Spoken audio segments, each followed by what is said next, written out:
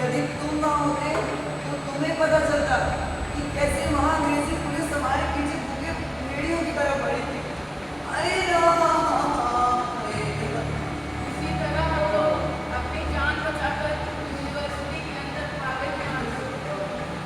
अरे वो तो भला हो किसी साहब का जिन्होंने फिरंगियों को यूनिवर्सिटी के अंदर नहीं आने दिया। मैं तो और अलग ही हो जाता।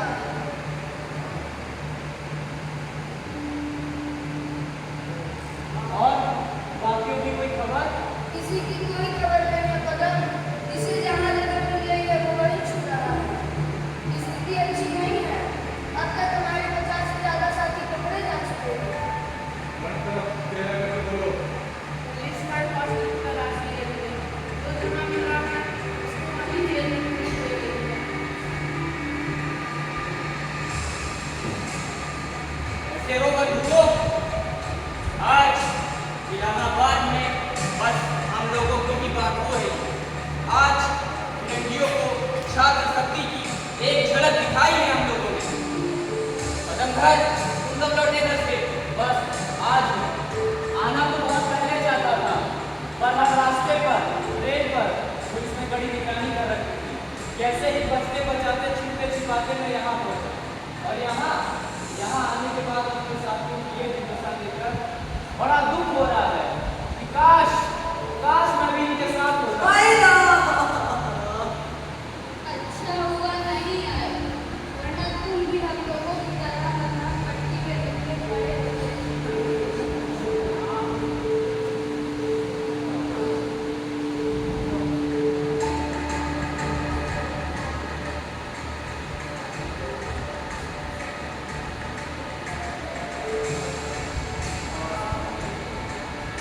आगे क्या करना है कदम?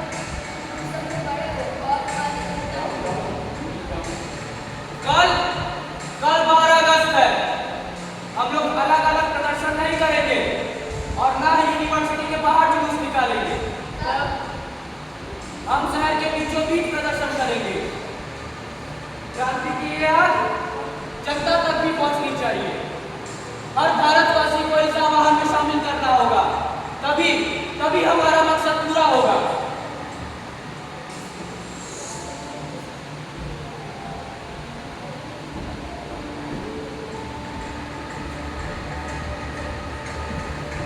कहाँ जा रहे हो मुरारी? अपने दूसरे आंदोलन का हिस्सा नहीं बनना चाहता। बस अब आज के भाषण देके मेरे हौसले पस्त हो गए। बस 2 घंटों में हौसले पस्त हो गए। हार मान लिए। बात हार जीत की नहीं है। ये हमारा काम नहीं है। हम छात्र वहाँ पढ़ना है, आंदोलन करना है। मजा आएगा। रुक जाओ मुरारी, मत जाओ। मजहर, जाने दो उसे। ऐसे कमजोर लोगों की हमें कोई जरूरत नहीं। मुरारी, तुम जाओ पढ़ाई करो, लेकिन जाने से पहले मेरी एक बात जरूर सुनते जाना। जानते हो ये आंदोलन किस लिए हो रहा है? ये हमारे खुद के स्वार्थ या मौज मस्ती के लिए नहीं, ये इस देश को फिरंगियों से आजादी दिलाने के लिए है। भविष्य क्या है ऐसे आंदोलन? तुम्हें लगता है इससे देश आजाद हो जाएगा? भविष्य कौन जानता है? मैं तो बस इतना जानता हूँ, आजादी मिलके रहेगी। आज नहीं कल, और जब तक नहीं मिल जाती ये आंदोलन नहीं रुकेंगे। आज हम आहुति दे रहे हैं, कल हमारी आने वाली पीढ़ी देगी। लेकिन याद रखना, तब तक रुकेंगे नहीं जब तक आजादी नहीं मिल जाती। आज हमारे सारे बड़े नेताओं को फिरंगियों ने गिरफ्तार कर लिया है। गांधी जी, नेहरू जी, पटेल साहब और न जाने कितने लोग जेलों में फंस किए गए। आंदोलन नेतृत्व विहीन हो चुका है। अगर आज हम आगे नहीं आएंगे तो कौन आएगा? ये सारे बुजुर्ग नेता आजादी के इतना कष्ट सह रहे हैं, संघर्ष कर रहे हैं। किसके लिए? हमारे भविष्य के लिए। और हम कायरों की तरह अपने आप को किताबों में छुपा ले और कहेंगे हमारा काम नहीं। हमें दुनिया को दिखाना होगा हम युवा ना ही मौत से डरते हैं और ना ही फिरंगियों के दमन से। अगर कल हम हार कर पीछे हट गए तो हमारे इतने दिनों की मेहनत, हमारे साथियों का बलिदान सब व्यर्थ चला जाएगा। मुरारी, कल तुम रुको चाहे ना रुको, लेकिन हम सब साथी तिरंगा हाथ में लेकर फिरंगियों को ललकारेंगे जरूर। कब करना है? कल सुबह 8 बजे हम लोग कटरा होते हुए कचहरी पर तिरंगा फहराएंगे। सभी साथी यूनिवर्सिटी के गेट पर शामिल नहीं होंगे, धीरे धीरे जुलूस में जुड़ेंगे। कल पूरी ताकत झोंकनी है। इस आंदोलन का नेतृत्व मैं करूंगा। नहीं है, तुम नहीं, तुम्हारे ऊपर सरकार ने इनाम रखा है। उन्हें जैसे ही पता चलेगा वे तुम्हें गिरफ्तार कर लेंगे और ये हमारा नुकसान है। कल आंदोलन का नेतृत्व मैं करूंगा, तुम भीड़ के बीच में रहोगे और अगर कोई दिक्कत हुई तो निकल जाना वहां से। मुरारी और मजहर, तुम्हारा काम ये है कि कल के आंदोलन के बारे में सबको जानकारी देना और एक बात का खास ध्यान रखना, चाहे कुछ भी हो जाए पुलिस को इस बात की भनक नहीं लगनी चाहिए। हो जाएगा मैं। ऐसा ही करूंगा। और रमेश, तुम्हारा काम यह है कि तिरंगा तुम्हारे हाथों में रहेगा कल, और चाहे कुछ भी हो जाए ये तिरंगा फिरंगियों के हाथ में नहीं आना चाहिए। ऐसा ही होगा प्रधान। शाबाश, मुझे तुम लोगों से इसी बात की उम्मीद थी।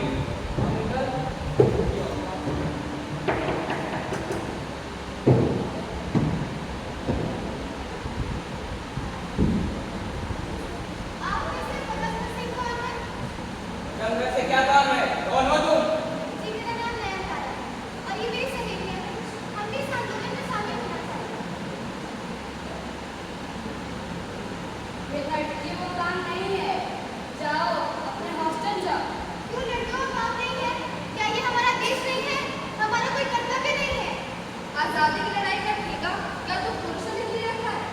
बहन, उसके कहने का ये मतलब नहीं था, वो तो बस आपको आने वाले खतरे से आगाह करना चाहता था। हमें पता है इसमें खतरा है, लेकिन गुलामी इससे ज्यादा खतरनाक है।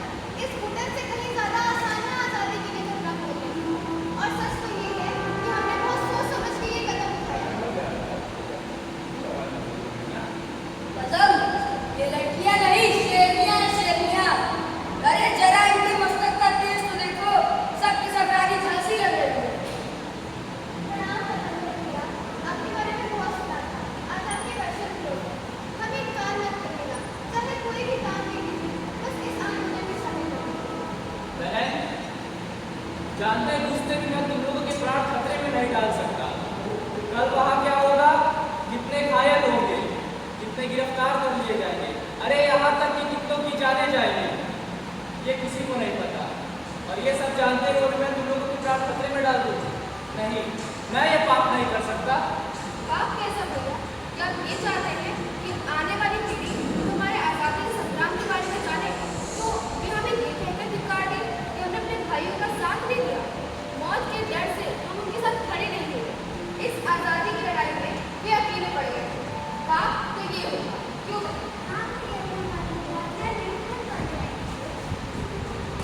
मैं ठीक कह रही है। इस आंदोलन पर जितना हमारा है उतना इनका भी है। इनके जुड़ने से आंदोलन मजबूत होगा, कमजोर नहीं। लेकिन मेरा तो यह सुझाव है कि झंडा नयनतारा और उसके साथियों को उठाने को। ये क्या कह रहे हो? मैं ठीक कह रहा हूँ, बात को समझो। अगर ऐसा हुआ तो समाज में यह संदेश जाएगा कि हमारी बहनें भी कंधे से कंधा मिलाकर इस आंदोलन में हमारा साथ दे रही है।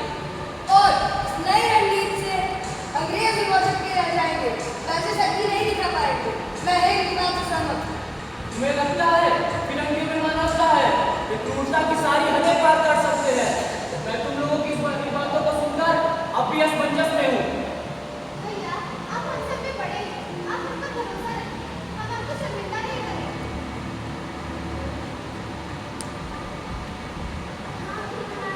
हाँ भैया, हाँ भैया।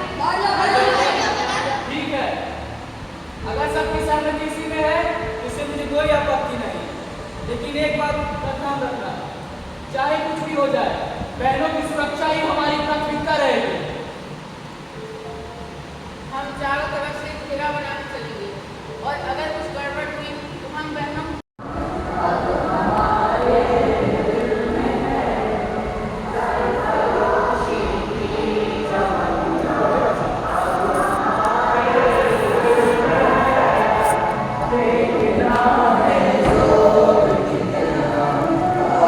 भैया,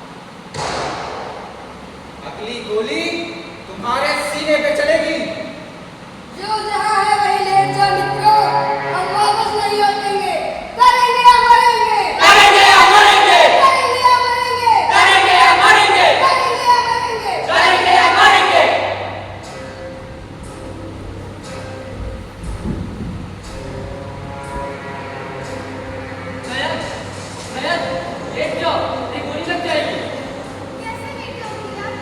अगर मैं लेटी तो ये गलत नहीं कैसे हो जाएगा?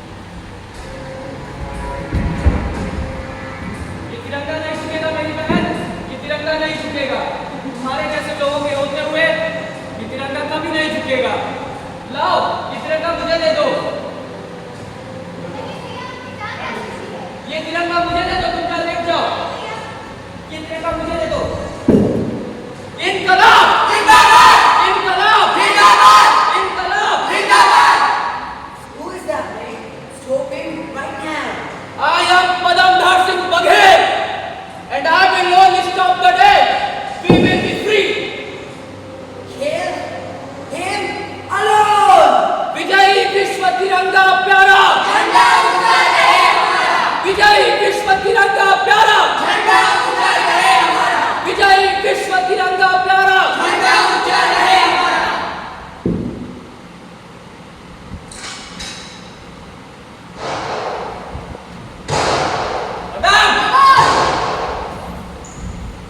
ये क्या हो गया भैया? बदल, ठीक तो हो? बहन, मैंने ये तिरंगा झुकने नहीं दिया।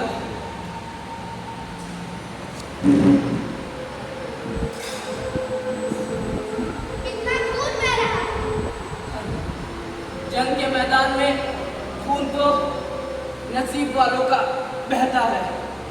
आज मेरा बहा है, कल किसी और का बहेगा। जरूरी तो ये है कि ये लड़ाई चलती रहनी चाहिए। ये तिरंगा झुकना नहीं चाहिए, ये तिरंगा झुकना नहीं चाहिए।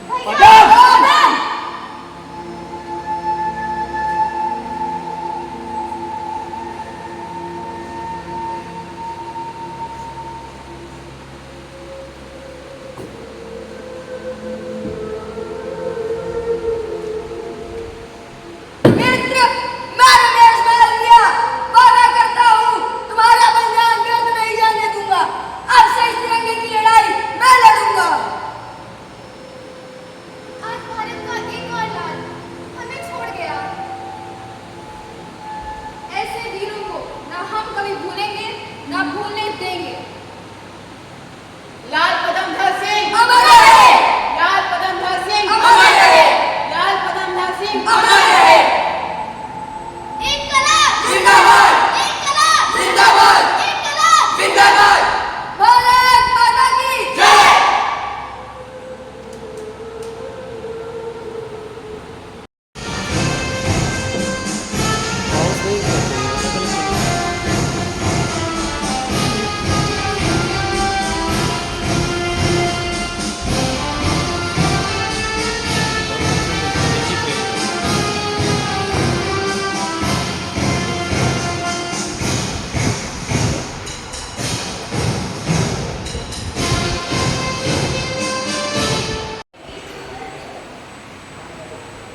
अगस्त को लाल पदमधर सिंह शहीद हो गए।